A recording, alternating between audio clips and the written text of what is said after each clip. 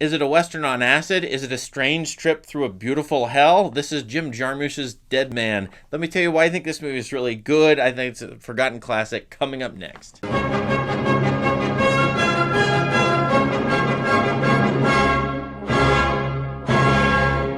Dead Man comes out in 1995 starring Johnny Depp, and it makes the Coen brothers look sane. In fact, to give you a sense of how this bizarre and weird this movie is, Johnny Depp is the most straightforward character in the movie. Filmed in beautiful black and white, this is set in 19th century West. It's a Western where the character played by Depp of Bill Blake goes west to the town of Machine, somewhere out west, and he's going to get a job as an accountant in a factory. Well, when he shows up in the town of Machine, which is carnal and vulgar and there's symbols of death everywhere, at the factory they tell him to go away, ignore him. They've already hired an accountant. Well, Bill Blake is lost. He spent all his money to get out to the town of Machine. His fiance has left him. His parents are dead. He's basically abandoned, nobody, isolated, alone. And thus begins a series of unfortunate events, or fortunate events, however you want to take it. He's involved in a lover's quarrel, shot in the heart. He has metal in his chest, a bullet in his chest. Is he dead, or is he just injured? He meets an Indian named Nobody, who becomes sort of his friend, mentor, spiritual guide, played wonderfully by Gary Fisher. Great pair here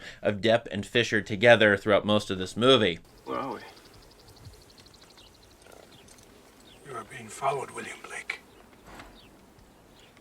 You sure? How do you know? Often the evil stench of white men precedes him. One of the funnier parts of this movie, this is a very funny movie in my opinion with some sick and twisted humor, is that Nobody thinks that Bill Blake is the poet, the English poet William Blake, because nobody spent time in England and learning about English civilization, and he read the poet William Blake, who he absolutely loves, thinks is a visionary. He mistakes him for Bill Blake, but what's interesting is that mistake actually tries to wake up Bill Blake to his poetic nature, because he's a humdrum accountant who doesn't understand that he's dead in a sense. He is dead in terms of just going to get a job, get money, live, and die. He doesn't understand the ways of nobody, of nature, and a broader spiritual quest, and I think he's on an inadvertent pilgrimage. I think that's part of what this movie's ideas, aesthetics, and plot are about. You can see him, in fact, going from the white civilization of town of Machine, metalworks. He's got the metal in his heart, which Indian says is the white man's curse. And then he goes out into nature, spends time with the Indian, and gets in a series of events, which I will not describe. You just need to watch the movie. Now, this movie is very strange and weird, I think in very good ways. It's a response, I believe, to some of the Westerns in its context. Remember that in 1990, Dances with Wolves comes out with Kevin Costner, and that is about a man who is lost, who's suicidal, goes out to the frontier, the prairie, gets involved with Indians, and becomes sort of half Indian, half Sioux, and thus he transforms from a civilized white man who's dead to more alive native who is tribal and more fulfilled in his life. I think this movie is in that vein, and a pretty strong response, maybe somewhat against it, or maybe not. It's up to you to decide, but definitely in that vein of spiritual journeys and transitions for the lead white character and encountering natives. I'll pause here and make a comment. I think movies are dreams, or to be more wordy, movies are communicative acts that allow us access or insight into the portal of another consciousness, whether it's another person's consciousness or something else, other kinds of people, other kinds of experiences. But that's what movies are, and this movie is one of the best examples I can think of that watches as a dream or sort of a portal into another weird consciousness, a state of affairs that is not reality, but it's even more interesting in a lot of ways than reality. And thus I take the title to be interesting. The lead character, Blake, does not know he's dead. Dead in what sense? Maybe just spiritually. Maybe he's just living and dying and that's it.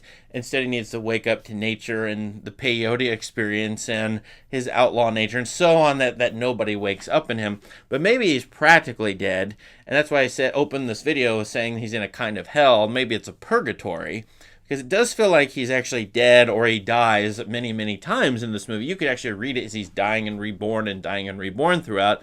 One reason is there are probably 2, 3, or 4 dozen fades to black in this movie, a very common transition with a couple other fades to white. And the fades to black, to me, simulate death and rebirth.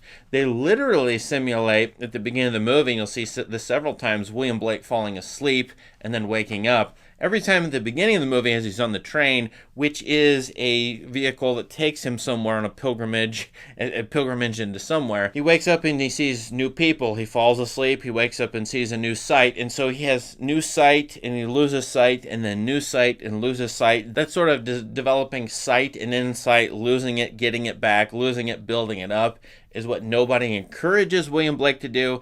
It is why William Blake later in the movie will think he's the poet William Blake, or think he's a poet even though he's never written poetry, but maybe his life is a poem. He's on this sort of spiritual quest through a purgatory. That's one way to look at this movie. And think about the title Dead Man.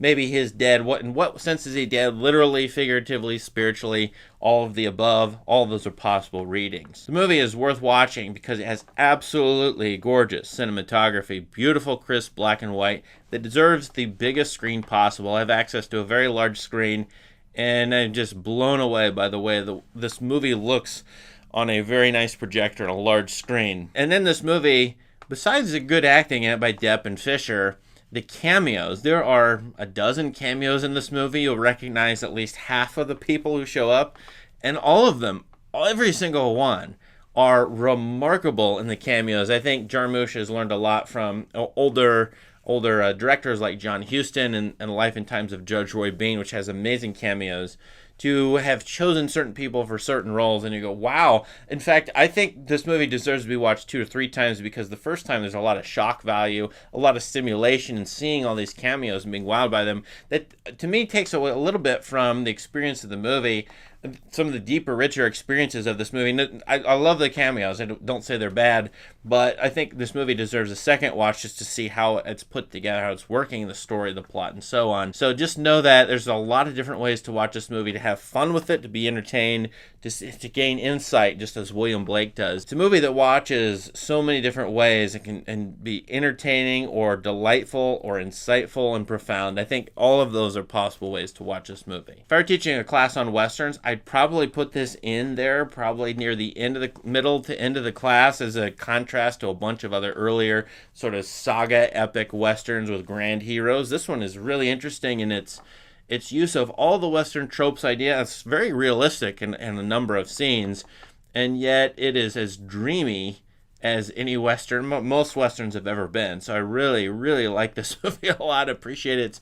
quirkiness and its uniqueness, and I think it deserves to be called a classic and be in the Criterion Collection. What do you think of Dead Man? Let us know in the comments, and please subscribe to this channel for more great content. Thank you. Have a great day.